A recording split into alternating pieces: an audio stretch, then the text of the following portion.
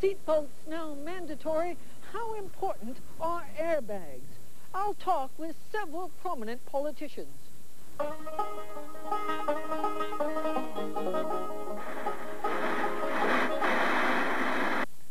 I think if you look at monsters down the ages, you'll see in their faces, in the masks of monsters, in the sketches of monsters, the human face distorted so as to emphasize the appetites that we have. Their eyes bulge because they want to see more of the world. Their nostrils flare because they want to smell more of the world. Their mouths open wide because they want to eat the world. I think monsters are the children of our strongest, most primal appetite. That's why I love them, because they want more of everything.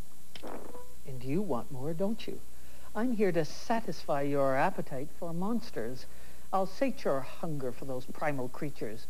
Join me and feast on the vast body of work called speculative fiction. There's something succulent for all tastes. Science fiction has its aliens and androids. Fantasy features ogres and dragons. Horror is crawling with zombies, and comic books offer a lengthy menu of mutants. But under their fur and scabs and dead flesh, they're all the same. They're monsters.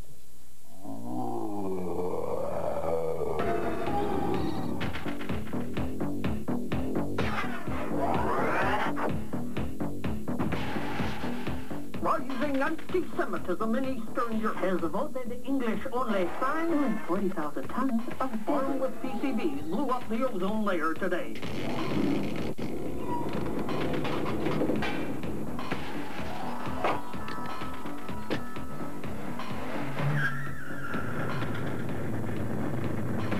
Standing by for solid rocket booster separation.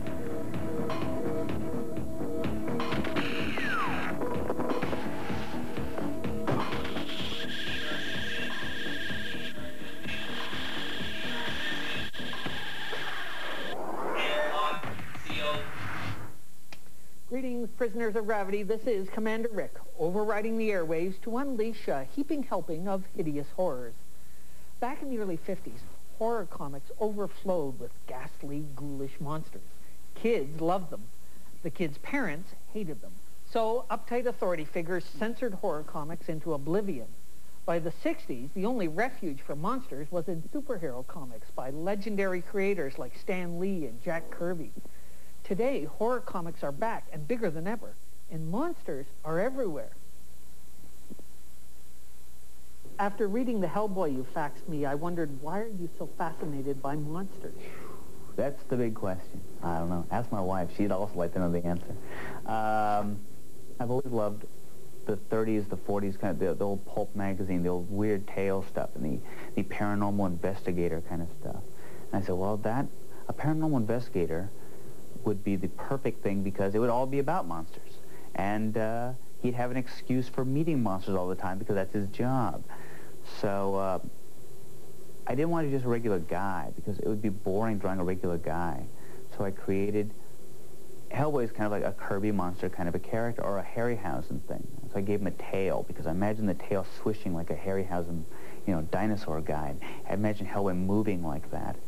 And he actually started as sketches I would do at conventions. If somebody said, draw whatever you want, I would draw something kind of like Hellboy. Mm-hmm. And I finally said, well, that seems to be what I draw when I get to draw whatever I want. If I did that for a living, that'd be cool. So, so that's how Hellboy came about. What are those circles on his head? Those are stumps. He has horns, but he saws them off so he can wear a hat. Ah, the slave to fashion. You mentioned Jack Kirby. Why do you love Kirby's monsters? Oh, because they're dumb.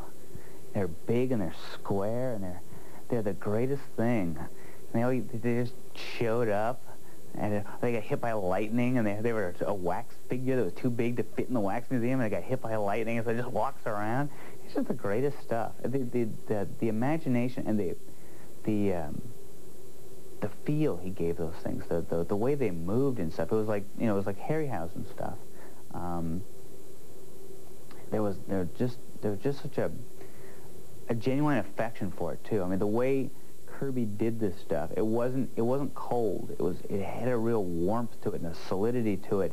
And when he drew like a monster falling down, you don't think of Kirby for graceful, but there's more grace in Kirby than in 90% of the other people that have done comics. That's my favorite monsters in comics. Yeah, well, Kirby is the master. Monsters embody things that we can't put our hands on in the real world. It's a way of giving shape and a face to emotions, feelings, fears, particularly fears. They are monsters that we can't confront in our day-to-day world. At the turn of the century, there were freak shows, and human beings who were deformed were offered up as monsters. That's not true any longer because we're too sensitive to the fact that these are human beings. As someone fascinated with the horror genre, it's very telling to me that characters like the Phantom of the Opera or Quasimodo, the Hunchback of Notre Dame, were important works in the genre because that was the whole premise. I am not a monster. I am a human being. Frankenstein was very much about that. A man who builds a false Adam has the conceit to compete with God and give life to the dead. And when it's brought back, when it's resurrected, it is a monster. And yet the entire novel by Mary Shelley is to bring forth the fact that this isn't a monster, this is a man. And yet when I read stories in Taboo like Bad Things, I see fewer writers exploring the man inside the monster and more just doing pure monsters. I think what we're seeing, Lovecraft did it, we're seeing it in films like Alien, is that a lot of the monsters that we're faced with these days are monsters because they are not human. They cannot be reasoned with. There is no way. It's hard to even get a grasp what they are or what they might do to you. And that's the threat. That's why those beings are monstrous. But again, they're giving shape to a fear that we can't confront in our day-to-day reality. That's why they're important. That's why they're vital. That's why they'll never go away. There's been many purges throughout history when horror literature was just they tried to extinguish it. And you can't. It's one of the mediums of giving a vehicle to the human imagination. It'll never go away. And monsters will always be with us. They've just taken, every generation finds its own shapes and its own monsters. I think we're all fascinated by monsters. Monsters represent something excuse me, something inside all of us we often don't want to look at. And I like to look. There was actually a character that I once read about in a newspaper in England, the Guardian newspaper. It was a report of a character with a strange habit in Spain who was referred to as El Linterna. And it was his habit to, what did he actually do, if I can get this straight in my mind? He'd sneak into people's rooms at night and fondle them into arousal under the bedclothes, sort of men and wives lying in bed, and then suddenly turn on a light and start laughing at them. And of course the town in which he was carrying on this activity was up in arms, and people were ready to cut his throat at the slightest opportunity, but he carried on doing it. And I always felt that sort of horror writing was perhaps a little like that. You're sort of tickling nerves that people weren't sure that they wanted tickling, and then illuminating it suddenly, and so they were confronted with it. And it just struck me as an analogy that seemed to fit at the time. If your monster is there to illuminate Constantine's psyche, I guess you have to be careful not to overdo it. You don't want it to leap off the page simply for shock value. No, that's certainly true. Again, I have to rely on instinct. I'm much more interested in, psychological drama and sort of character-driven stuff. And I guess the monster is sometimes something of a cop-out, or is pandering to instant visual drama. So I'm often sort of uneasy about monsters, and I steer clear of them for sort of months on end, but eventually one will sort of pop its ugly head up yet again. The hero of Hellblazer is John Constantine, a mysterious investigator with psychic powers. He was created by Steve Bissette and Alan Moore in Swamp Thing. Swampy had been battling a different monster every month, And in issue 37, Constantine arrived and recruited him to destroy the source of the monsters, a cabal of South American sorcerers known as the Brujajera. Actually, monsters have been a major theme in Swamp Thing since he was created in the early 70s by Bernie Wrightson and Len Wein. Len, why do you think we're so fascinated by monsters? I think because they're among us. I think that's part of it. One of my favorite quotes, and I cannot at the moment remember the author, is a quote that says, "What monstrosities would walk among us were some people's faces as unfinished as their minds." And it's a philosophy I sort of live by. You look at people on the street, you read in the newspapers about the serial killers and the horrible things that are out there. And I think it makes life much simpler if you can look at the monster and know it's a monster.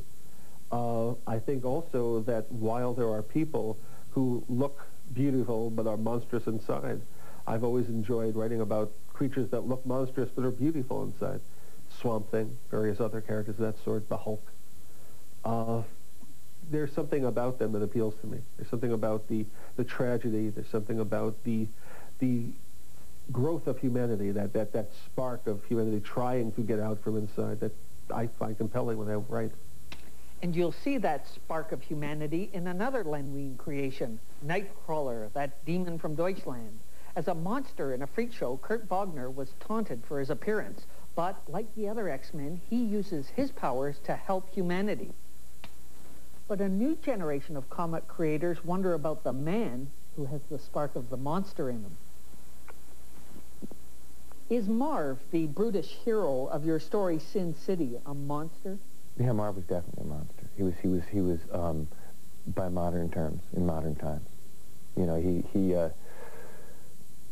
he might have ended up in a Roman arena if he'd been born then, and he wound up in an electric chair because he was born now. But yeah, but in modern terms, a monster, also certainly physically a monster, and certainly capable of horrific sadism. But after introducing this horrible ogre, you force him to do battle with an even bigger deviant, a cannibalistic killer. Why do you think that the monster fascinates us at least as much as the traditional hero? Because it frightens, I think. I mean, more than anything, it frightens. The great monster is one that tortures us with it because at the same time we feel sorry for it. There's nothing like Boris Karloff tossing that little girl into the pond to twist you inside out morally because you just built up all this sympathy for this poor thing. It didn't even mean to do it in terms of, it had no concept of murder. But it is a monster. It is something to be frightened of. But I think that fear is at the heart of any monster story. But what's wonderful about Frankenstein, hopefully about a character like Marv, is that there's sympathy there too, some sympathy for the devil. I always loved monsters. In fact, everybody thought I was crazy when I said, let's do the Hulk and make our hero a monster. But I was crazy about Frankenstein and Jekyll and Hyde. And I never really read the Mary Shelley Frankenstein book. I'm referring to the movie with Boris Karloff. And I always thought, it's just incredible the way the monster was supposed to be the villain. To me, he was the good guy. He didn't want to hurt anybody. These idiots were chasing him up and down hills, waving their fiery torches. And I thought, why not do a monster who's basically good, but just because of the way he looks and acts, people are afraid of him and want to destroy him. And I think in that case, I really was looking to do a little social commentary, you know, on the fact that we shouldn't judge people by their appearances. That theme runs through a number of comic books, from The Incredible Hulk to Casper the Friendly Ghost. It's also a recurring theme in dark fantasy. Why should we celebrate our monsters? Because they are ourselves. Because they are very often wonderful celebrations of ourselves in a dark, perverse, paradoxical way. They are speaking loudly things which we barely dare whisper. And we need that. We speak of ourselves as a liberated species now. You know, we're cool with ourselves. We can talk just about anything. We can't, of course. I mean, you know, way too many of us are in analysis. We live in terror of our bodies and the changes which can so quickly overcome them. The monster says, here I am. Here's what I am. I make no apology. Last time we talked, you cited Dr. Frankenstein's creature as a major influence. Why is that still one of the great monsters for you? I mean, I think there are actually many great monsters out there. The Frankenstein monster touches me because it's so much about how ragged our bodies are. It's so much about physical corruption. And while I always wanted to be a vampire as a kid, I always wanted to be a little demon like Harvey gets to be briefly in Thief of Always. The idea of this lumbering, inept, mismatched thing is much closer to what I thought I actually was. So I think there was great sympathy there. It is one of those monsters upon which you can project so much of yourself, and I certainly projected a lot of myself. First time I saw Karloff Stacker, and I wanted to say, Daddy.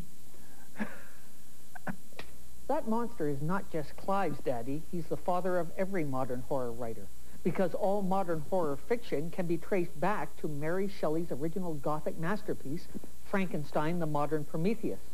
As well as inspiring horror authors, Shelley's novel has also inspired many science fiction writers. Check out The Ultimate Frankenstein, a collection of short stories by SF authors like Kurt Vonnegut, Chelsea Quinn Yarbrough, and Brian Aldiss. Brian Aldiss also returned the Frankenstein legend to its Gothic roots in his novel Frankenstein Unbound. Here, a time traveler from the future jumps back to the year 1818 to meet Mary Shelley and Dr. Victor Frankenstein. Aldiss, like many authors and critics, believes Frankenstein is the original science fiction story. In their History of SF, Trillion Year Spree, Brian and David Wingrove show that Mary Shelley was the first author to use science, not magic, to conjure up a miraculous monster.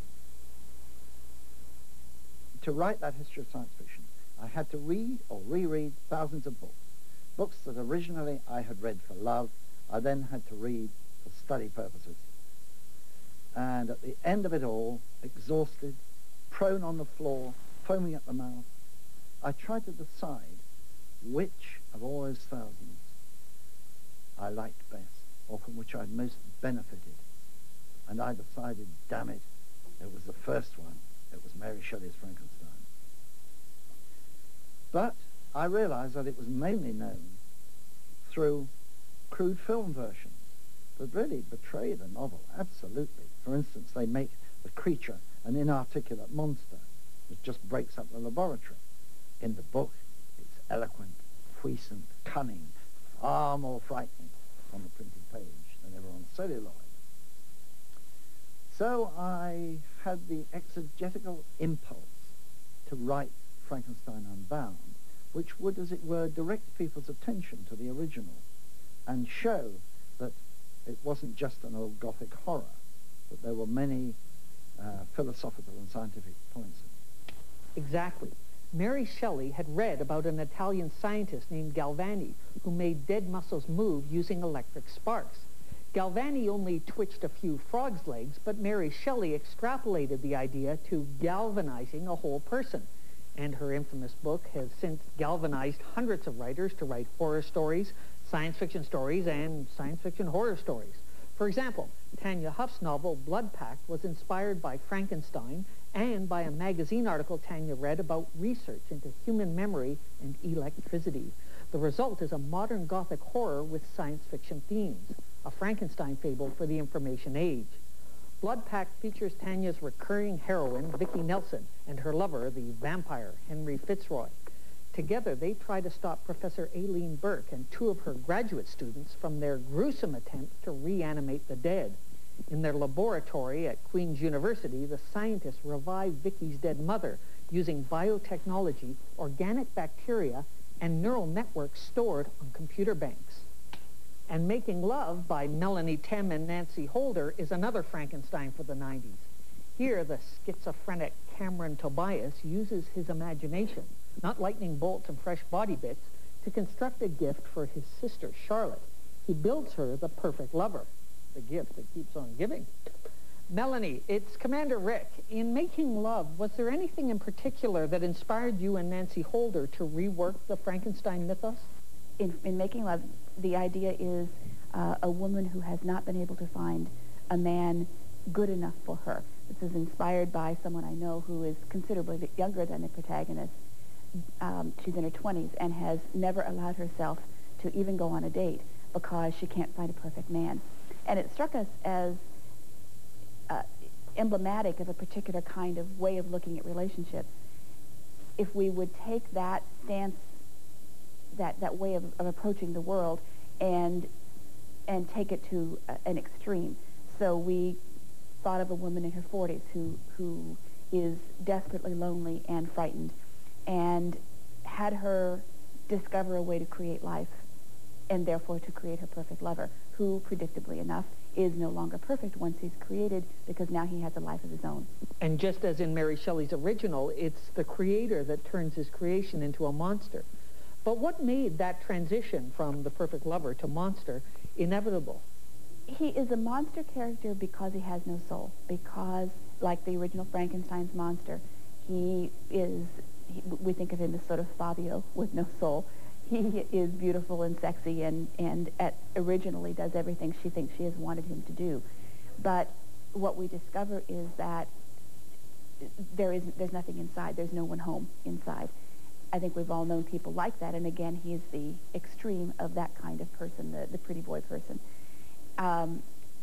Charlotte, the protagonist, comes to realize that she, in fact, wants someone who is complex, someone who will surprise her, someone who isn't exactly what she wanted him to be.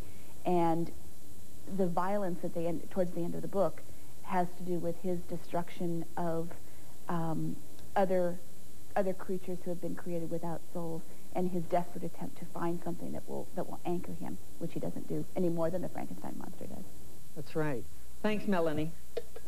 Making love is part of a trend in today's horror fiction. Monsters are moral aberrations, not physical. Beauty is the beast, the good-looking mass murderer, the sociopath in a suit. In Garfield Reed Stevens' novel, Dark Matter, a successful scientist moonlights as a psychotic serial killer. In a neat reversal on the Frankenstein premise, Dr. Anthony Cross believes he must destroy life in order to gain scientific knowledge. And horror author Peter Straub hasn't revived or restitched Frankenstein for any of his novels. As one of my agents in Control discovered, Peter is more interested in learning what makes our modern-day monsters. Now, a lot of, quote, horror writers are fetishy. They're monsters, you know, they assume certain shapes. Mm-hmm. But in your books, the truest monsters are the people that look the most human. Sure. In about 1983 or something like that, I began to think hard about how I was spending my life, about what my task was. And I could no longer invent colorful and, in a sense, superficial monstrosity, because there was actual human monstrosity. And it seemed to me that evil wasn't this abstract other, that it was created within people, by other people, and it had to do with ignorance and brutality. It had to do with meanness, with spiritual minginess. I began to be very interested in what created human monsters, and it seemed to me it had to be in childhood. That's the only explanation, because I don't think anybody, with the exception of maybe one person in a million, is really born bad, that bad. I know that these people are created by the people that are supposed to love them the most. I'm always slightly disturbed when wicked people are described as monsters, when murderers are called monsters, because that distances them. It puts them in another box from the rest of us. And I think they are the rest of us, but, you know, the mistreated, the brutalized version of the rest of us. If you walk out on the street, you can see lots and lots of people that aren't really very kind, you know, that whose impulses are toward aggression, rapacity, acquisition. Those people have been made to be that way, and and the Bundys and the Dahmers were, I think, also made to be the way they turned out to be. And so in book after book, I tend to dolly up and take a close look at the little laboratory in which these extraordinary, colorful, deeply disturbed people were created. So how do we protect ourselves from monsters? Call Ghostbusters? Hire the exorcist? Pray? One of the simplest suggestions I've come across was in Robert Sheckley's short story, Ghost 5. Richard Greger and Dr. Frank Arnold are partners in the AAA ACE Planet Decontamination Service. But their first job may be their last on a planet where nasty childhood nightmares spring to life. Imagine Forbidden Planet as told by Dr. Seuss. In your story, Ghost 5, how do Gregor and Arnold defeat the deadly grumbler? As I remember it, they pulled the covers over their heads, which is the only way. The old duck and cover. Why did that work for that story? Two adults using such a childish ruse to escape from the monster. Well, for me, there's a powerful turning point there between, for them, these were real monsters. And for a kid, they are also.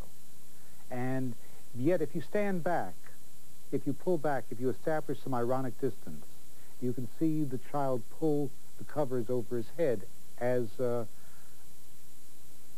I did. It worked awfully well for me. I thought it capped the story without turning it into something banal. Do we lose something important when we lose our monsters, when we grow up? We never lose them. We lose our sense of humor over them, but we certainly don't ever lose them. I don't know if a child can have a sense of humor at his own things, and I don't know if we can laugh at the weird creature of old age, or sickness, or AIDS. Now, these are all, in one sense, monsters. They're all real also, though. And how you can escape them, I don't know, but the imagination, which is the covers over your head, has got some sort of a way, I think. In fact, you can't escape from monsters, because when you turn to run away, they grab you from behind. You got to face every monster and fight it head on, whether it's the deadly grumbler or the national deficit. I have a feeling that monsters will always be popular with writers and readers all over the world, because despite our different beliefs and lifestyles and interests, basically we all have the same potential to be monsters. Nancy, you're supposed to dim the lights. Doesn't look scary. It's like I'm talking to a nice... You're supposed to have dimmed the light. This is not scary. I don't look like a monster. I look like a moron.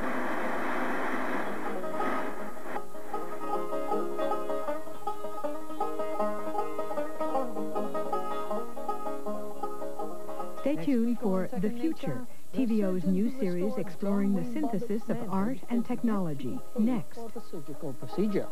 Bobbitt claims he already paid up front, but the surgeon is suing for severance pay.